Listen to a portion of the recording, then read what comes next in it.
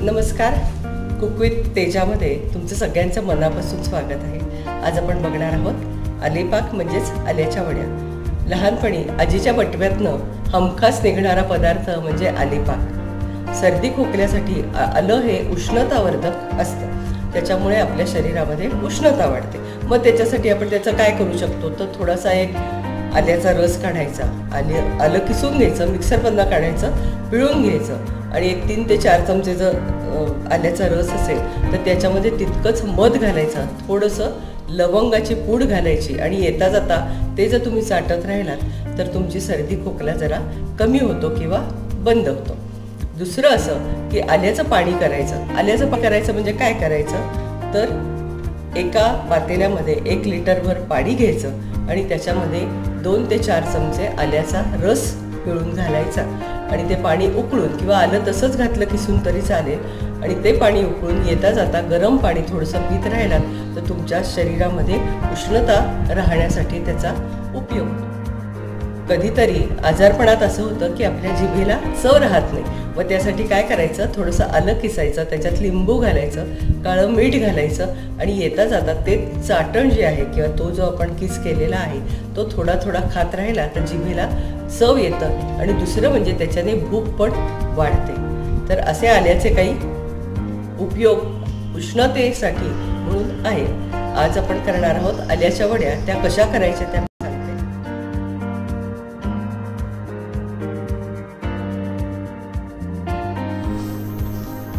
पहिल्यांदी 1 kilo साधारण मी आलं घेतलेलं आहे काय काय लागतं आणि ते स्वच्छ धुवून घेतलेलं आहे। हे जे आहे पाण्यात आलं 10 मिनिट साधारण 1/2 किलो आल्याने माती निघाली आणि मग सगळी सालं काढली।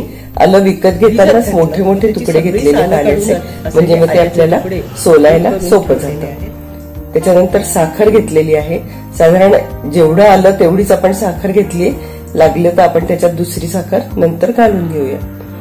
काजू घेतलेले आहेत, सुकेच काजू आहेत आणि एकदम गरम पाण्यात मी हे बदाम भिजत घातले। उकळत्या पाण्यात घातले की बदामाची सालं पटकन निघतात। अशा पद्धतीने ही मी 5 सालं काढून घेणार आहे। सगळी सालं आपण नंतर काढून घेऊयात आणि हे जे आहे हे 1 वाटीवर मी क्रीम घेतलेले, घरातलं फ्रेश क्रीम आहे ते पण आपण त्याच्यात घालणार आहोत। आहे ना, अशी सालं सगळी काढून घेतली आहेत आणि हे फ्रेश क्रीम मी जे म्हटलं ते फ्रेश क्रीम आहे। ठीक आहे, आता आपण पहिल्यांदा सगळी सालं काढून घेऊयात।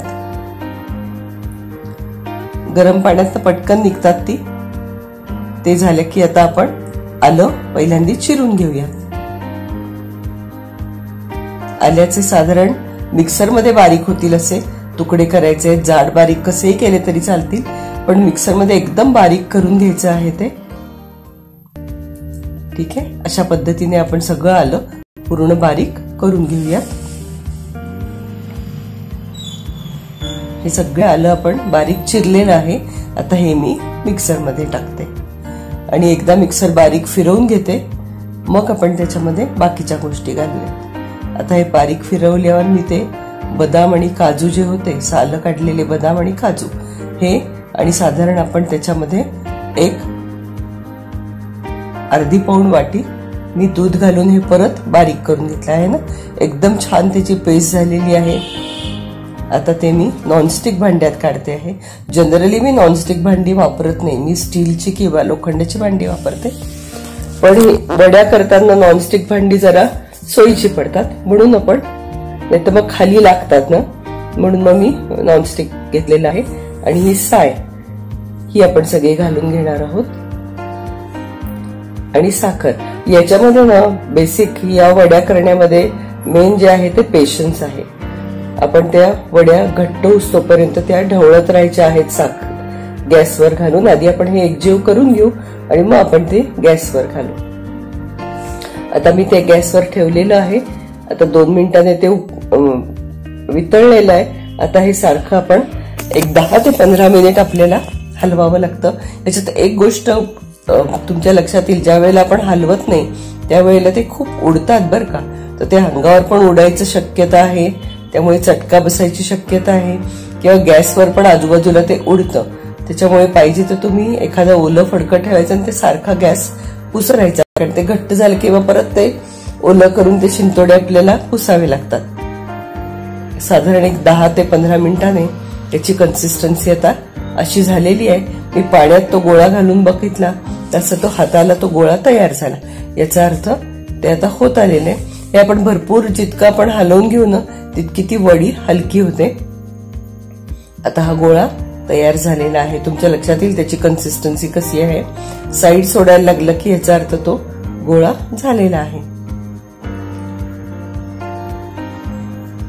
आपण या वड्या करताना काय करायचं, जितकं आपलं ते सगळं तयार आहे ना तितकीच साखर घ्यायची, म्हणजे सगळं मिळून समजा 1.5-2 वाटे झाले तर 1.5-2 वाटे साखर घ्यायची। आणि आता हे मी चांगलं थापून घेते। आता हे बऱ्यापैकी गार झालेलं आहे, त्याच्यात आपण वड्या करून घेऊ। या वड्या जरा छोट्याच करायच्या आहेत बरं का, कारण आलं हे उष्ण असतं, त्याच्यामुळे खूप मोठ्या मोठ्या वड्या करून ते चालत नाही, तर त्या छोट्याच वड्या अशा पद्धतीने आता आपण थापून घेऊयात आणि त्या पाडूयात वड्या। ओके, आता पहिल्यांदा निघतं का बघते मी, निघतायत वड्या।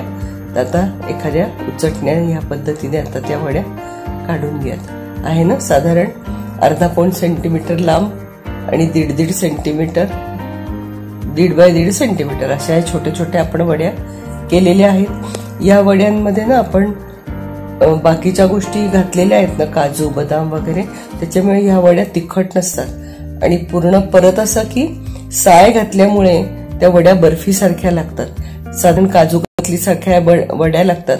आज सकाळी ना माझा घसा खूप बसला आणि तेव्हाच मी ठरवलं की आज आपण आल्याच्या वड्या करायच्या, म्हणजे मी तुम्हाला वड्या करून दाखवते आहे, तुम्ही करून बघा कशा लागतात त्या। साधारण तेवढ्या 1/2 किलो आल्यामध्ये आपल्या साधारण 60 वड्या झालेल्या आहेत।